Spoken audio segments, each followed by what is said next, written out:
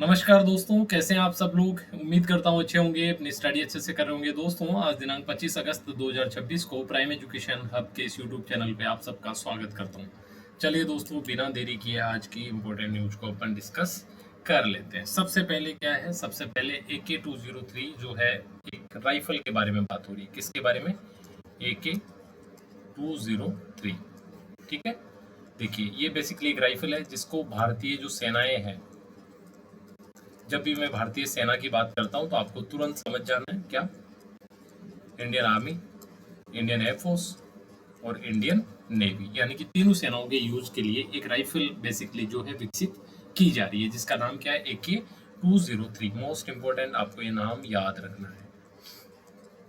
इससे पहले कैसे था? देखिए, इससे पहले जो है एक इंसास नाम का जो वेपन है, राइफल है, वो हम लोग यूज करते थे। राइफल कुछ इस तरह की जो है संरचना होती है। ठीक है, तो पेन पूरी लगभग तीनों सेनाओं में इंसास का यूज किया जा रहा था। फिर हाल ही के दिनों में 4-5 सालों में एक राइफल जो है AK-103 डेवलप की गई। AK-103 बेसिकली किसको रिप्लेस करने के लिए? इंसास को रिप्लेस करने के लिए। क्यों? क्योंकि इंसास जो है पुराना वेपन हो गया था, और आपको पता होना चाहिए कि जब वेपन कोई भी हथियार पुराना हो जाता है तो उसमें एक तो उसकी एफिशिएंसी जो है, काम करने की जो क्षमता है, उसमें कमी आती है और उसमें प्रॉब्लम्स ज़्यादा आती है ना। तो धीरे धीरे इंसास को फेज आउट कर रही है आर्मी, एयरफोर्स, नेवी, और AK-103 जो है लगभग अभी यूज की जा रही है। ठीक है, अब इसका भी एक एडवांस वर्जन जो है AK-203, यानी कि AK सीरीज की है ना, AK-203, इसको अब बेसिकली जो है इंडक्ट किया जा रहा है। कहाँ पे इसका निर्माण हो रहा है? कोरवा अमेठी में इसका निर्माण हो रहा है। ठीक है, कोरवा अमेठी में एक जगह है जो कि उत्तर प्रदेश का एक जिला है अमेठी। तो वहाँ कोरवा में इसकी जो है फैक्ट्रीज लगी हुई है ऑलरेडी। ठीक है, तो वहाँ पे इसका क्या, ये भारत ने बनाई है? यस, इंडिया इसको बना रहा है। बेसिकली जो डिजाइन है वो रूस से ली गई है। कहाँ से?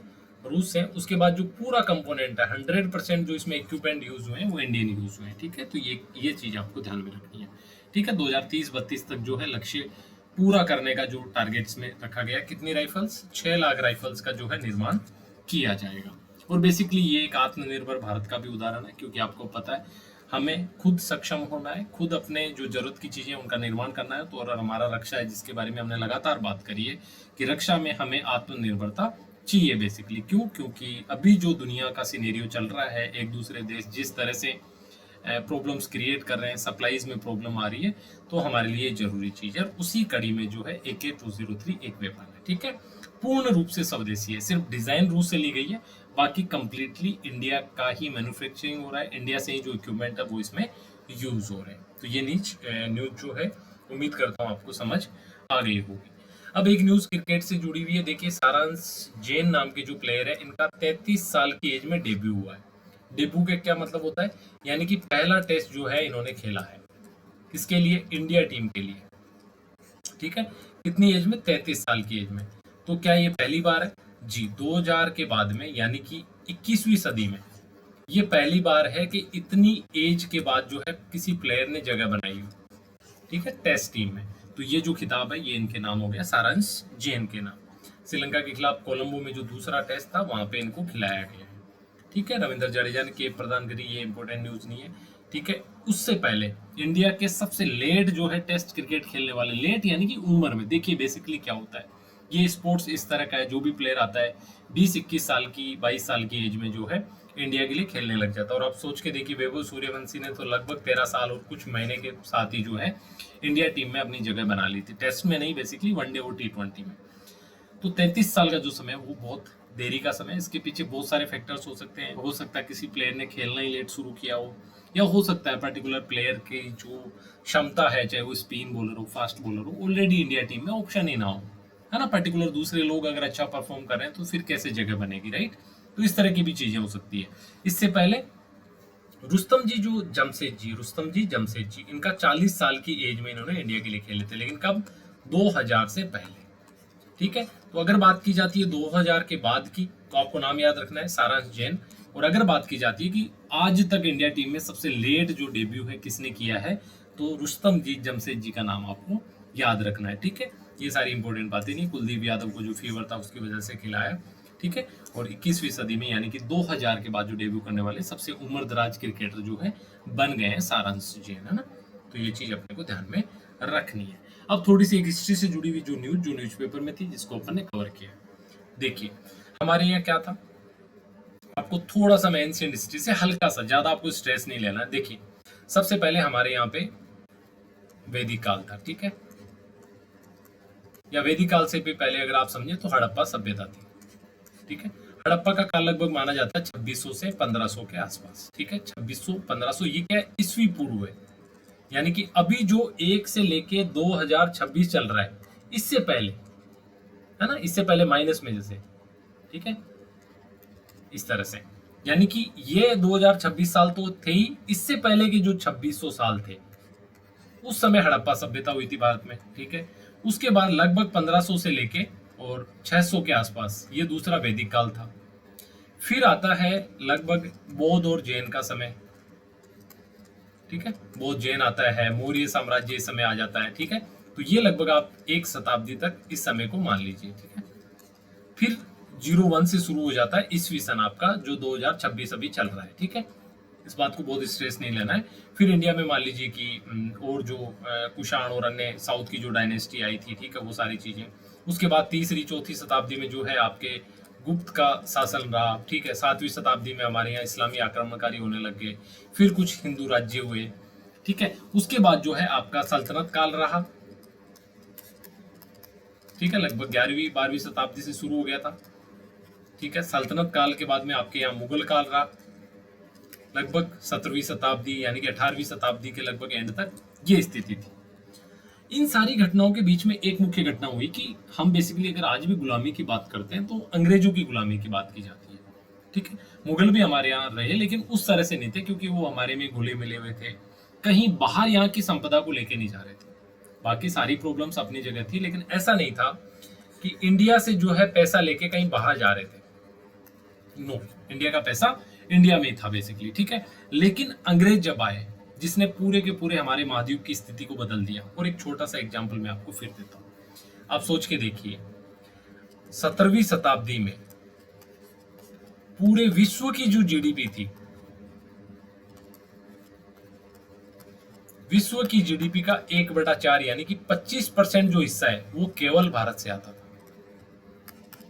भारत को सोने की चिड़िया यूं ही नहीं बोला जाता था, सोने की चिड़िया बोलने के पीछे बहुत बड़ी वजह थी, यानी कि 25% जो वर्ल्ड जीडीपी, यानी कि दुनिया में जितना भी प्रोडक्शन हो रहा था, जितनी भी जो संपदा थी, उस संपदा का 1/4 हिस्सा जो है भारत अकेले में था।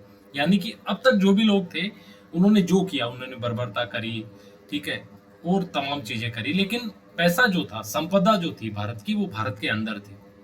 लेकिन अंग्रेज जो है, उन्होंने सारी चीजें बदली। तो जो घटना है कि पहली बार अंग्रेज कब पहुंचे थे, कैसे पहुंचे थे, उसके बारे में बेसिकली ये न्यूज थी, ठीक है। तो ये बैकग्राउंड तो हल्का सा डिस्कस कर लिया, इसको याद रखने वाले जैसे कोई बात नहीं, आप सुन लीजिए, छोड़ दीजिए, ठीक है।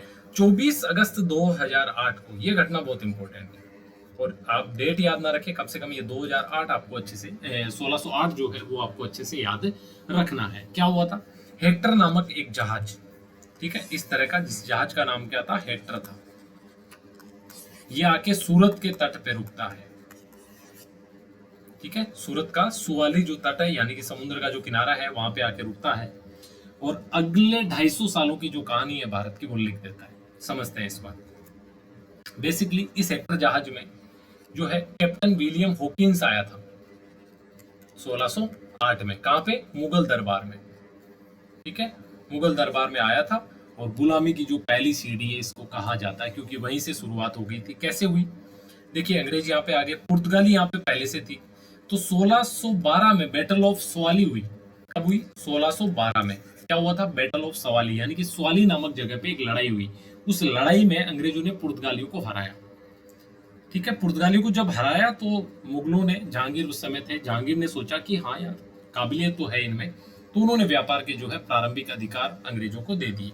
फिर उसके बाद लगातार कैसे उन्होंने आपस में लड़वाया बाकी राजाओं को, कैसे अपनी सैन्य शक्ति के दम पे कुछ राज्यों को छीना, जीता, वो सारी तमाम जो हिस्ट्री का हिस्सा हम पढ़ते हैं।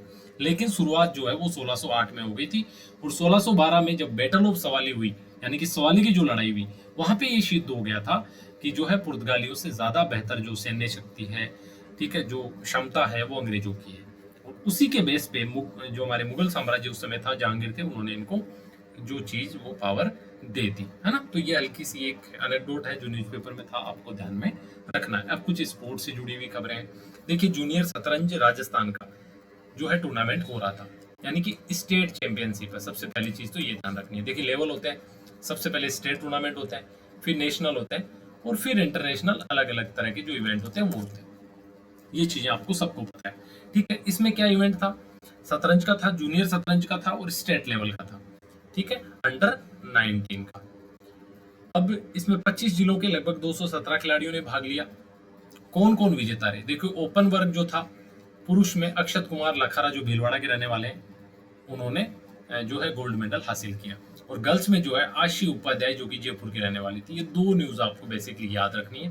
देखिए बहुत इंपॉर्टेंट नहीं है, लेकिन चयन बोर्ड भी और आरपीएससी भी वो छोटे फैक्ट भी कई बार पूछ लेती है, तो एटलीस्ट ऊपर नीचे वाले आप ना याद रखें। ये एक एक जो टॉप के हैं प्लेयर, इनके नाम आपको याद रखना है। एक छोटी सी बात और कि पिलानी के मूक बधिर जो खिलाड़ी थे, मूक बधिर का मतलब होता है जो ना बोल सकता है ना सुन सकता है, ठीक है, अपनी कैटेगरी में वो खेले होंगे। राघव शर्मा उनका नाम है, और राघव शर्मा ने जो है 8 में से 6 मुकाबले जीते हैं, और लगभग 1750 रेटिंग वाले खिलाड़ी को भी हरा के अपनी क्षमता का जो एहसास है वो इस टूर्नामेंट में करवाया है। तो राघव शर्मा का नाम भी आप हल्का सा देख लेंगे। देखिए ये पढ़ने का एक और रीजन होता है, बेसिकली आज देखिए स्टेट खेल रहे हैं, ठीक है, यही प्लेयर कल को 2 साल बाद नेशनल भी खेलेंगे, ठीक है, इंटरनेशनल भी खेलेंगे। तो आपकी एक अवेयरनेस बनी रहे, एक फेमिलाइजेशन जो है नाम के साथ में इनके जो स्पोर्ट्स है, पर्टिकुलर जो स्पोर्ट्स ये खेलते हैं उसके साथ बना रहे, राइट। एक राज्य स्तरीय यानी कि ये भी स्टेट लेवल का टूर्नामेंट था। रोड साइकिलिंग जो चैंपियनशिप एक हुई थी, उसमें जो बीकानेर की टीम है वो चैंपियन रही है। बस ये एक बात याद रखनी है। और किसको हराया है तो आपको ध्यान रखना है, हनुमानगढ़ को हरा के, ठीक है। तो ये छोटी सी और इन्फॉर्मेशन जो इसमें याद रखनी है। इसमें भी स्कोर वगैरह इंपॉर्टेंट नहीं है मेन एग्जाम के हिसाब से, ठीक है। किसी टेस्ट में वैसे तो मैं देता नहीं हूँ, लेकिन फिर भी अगर आ जाता है तो इतना सीरियस भी नहीं हो जाना आप लोगों को, ठीक है।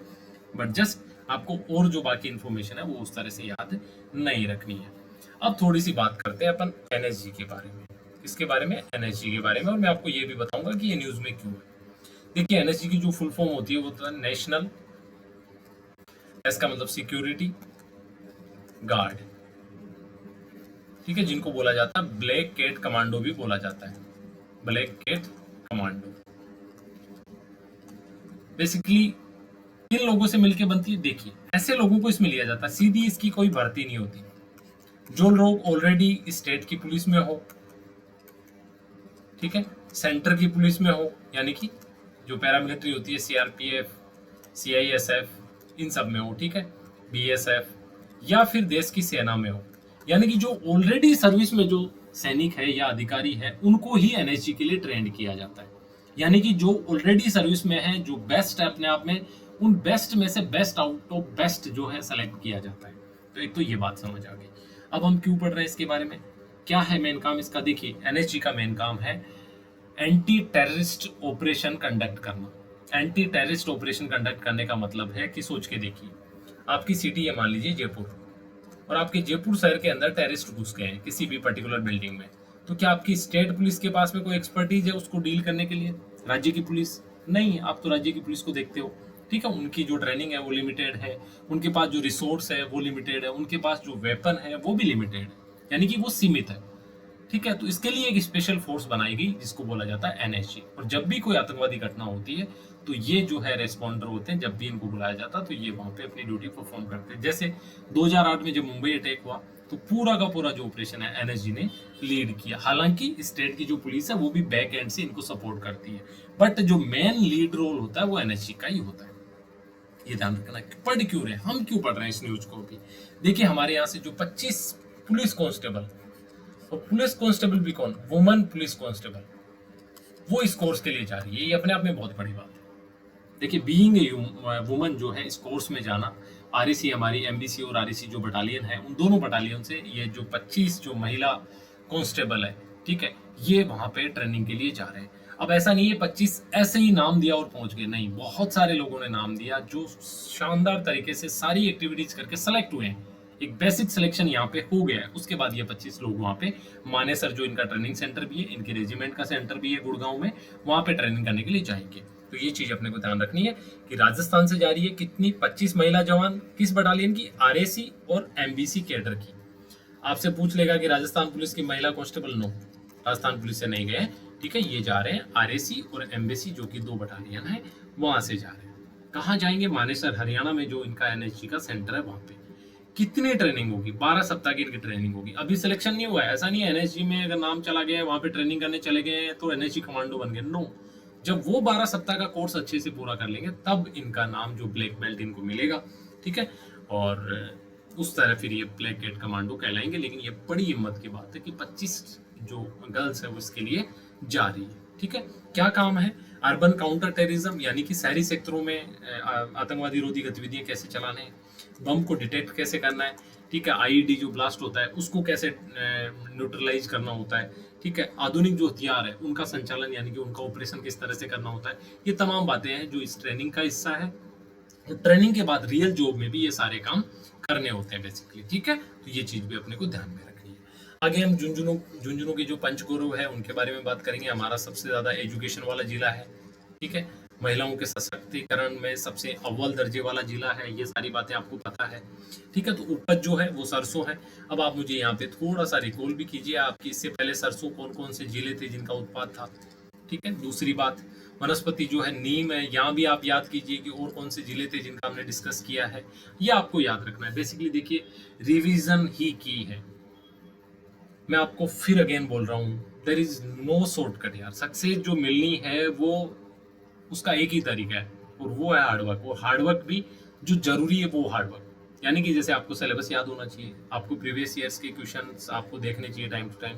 तीसरी बात, जो आप पढ़ रहे हो आप रिवाइज कीजिए। जैसे मैं आपको एग्जांपल देता हूँ, जैसे आपके अभी 4 सब्जेक्ट मान लीजिए चल रहे हैं, ठीक है, जो भी क्लासेस कर रहे हैं, चाहे आप या आप कहीं भी ऑनलाइन पढ़ रहे हैं, व्हाटएवर, कुछ भी, आप उनको बेस्ट कर लीजिए। और उनको बेस्ट करने का तरीका क्या है? देखिए, आपने क्लास ली, समझी क्लास, कुछ भी डाउट हुआ, खुद से कोशिश करी डाउट को सोल्व करने की, खुद से नहीं हुआ किसी की हेल्प ली। अब ये टीचर भी हो सकते हैं, आपके कोई जो क्लासमेट है वो भी हो सकते हैं। उसके बाद उसको मल्टीपल टाइम रिवाइज करना, और ऐसा रिवाइज करना कि इस टॉपिक से जब भी कोई सवाल पूछा जाएगा मुझे कोई दिक्कत नहीं, मैं आराम से आंसर कर दूंगी, ठीक है, कर दूंगी, व्हाटएवर। ये ध्यान में रखना है, ठीक है। एक उत्पाद की बात करें तो लकड़ी के जो हस्तशिल्प है वो इनके प्रमुख उत्पाद है झुंझुनू के। पर्यटन स्थल जो है लोहारगल धाम जो इनका है उसके बारे में थोड़ी सी विस्तार से आगे बात कर लेंगे। ये इनका पर्यटन स्थल है झुंझुनू का। खेल जो है बास्केटबॉल है, ये भी आपको ध्यान में रखना है। अब लोहारगल जो है एक एंशियंट, बहुत ही इंपॉर्टेंट उसके साथ कहानी जुड़ी हुई है और महत्वपूर्ण स्थान है टूरिस्ट के लिए, है ना। क्या मान्यता है कि महाभारत काल में जो पांडव थे वो यहाँ लोहारगल का जो पवित्र सूर्य कुंड है यहाँ पे आके इन्होंने स्नान किया और ये इनको पापों से मुक्ति मिल गई थी। तो एक गहरी जो कथा है वो इससे जुड़ी हुई है, तो इस वजह से आस्था का भी केंद्र है लोगों के लिए। मेला वगैरह तो बहुत इंपॉर्टेंट नहीं है, आप बेसिकली ये जो है वो एग्जाम के हिसाब से आपको याद रखना है। क्या डिस्कस किया हमने आज AK203 के बारे में, जिसको शेर नाम दिया जा रहा है। यस, ये एक इंपॉर्टेंट बात है, ठीक है। शेर क्या नाम है इसका? उपनाम दिया जा रहा है, ठीक है। और एक्चुअल राइफल क्या है? AK203, ठीक है। 2030-32 तक जो है सेना में लगभग 6 लाख जो इसकी यूनिट है वो उत्पादित की जाएगी और तीनों सेना को जो है इक्विप्ड किया जाएगा, ठीक है। इसके बारे में हमने डिस्कस कर लिया। सारांश जैन के बारे में 33 साल की एज में डेब्यू किया है, यानी कि टेस्ट मैच खेलना शुरू किया। डेब्यू का सिंपल मतलब किया है, ठीक है। हेक्टर जहाज जो है 1608 में आया और 1612 में हुई थी बैटल ऑफ स्वाली। ये भी आपको ध्यान में रखना है, जब अंग्रेजों ने पुर्तगालियों को पूर्णतया जो है हरा दिया था। शतरंज जो चैंपियन है अक्षत लखारा, आशी उपाध्याय, इन दोनों के नाम आपको याद रखनी है। एनएसजी कमांडो 25 महिला पुलिसकर्मी गई है, ये बात भी ध्यान रखनी है। झुंझुनू के पंचगौरव हमने डिस्कस किया है। तो ये थी हमारी आज की डिस्कशन। उम्मीद करता हूँ आपके लिए डिस्कशन अच्छी रही हो। थोड़ा सा मैं भी और स्ट्रेच चल रहा हूँ, यानी कि थोड़ा ज़्यादा काम अभी आ रखा है पहली चीज़, और थोड़ा शेड्यूल, और आप लोग भी अनशेड्यूल हो रखे हो, ठीक है। तो थोड़ा आप अपने आप को स्ट्रीमलाइन कीजिए। अनशेड्यूल का मतलब कि आप भी जिस तरह से जितना जुडिशियली फॉलो करते थे उतना नहीं कर पा रहे हो अभी, ठीक है। वट एवर रीजन, थोड़ा फेस्टिव सीजन है, हो सकता है आपके कमिटमेंट हो, बट नेवरदलेस कोई बात नहीं, इट्स ओके, अच्छे से, ठीक है। दोबारा आप भी अपनी रिदम गेन कीजिए और मैं भी थोड़ा इसको टाइमली इसको मैनेज करता हूँ, राइट। तो ये आपकी और मेरी दोनों की रिस्पॉन्सिबिलिटी है। चलिए अपना ध्यान रखिए, ठीक है, अच्छे से पढ़ते रहिए। जय हिंद।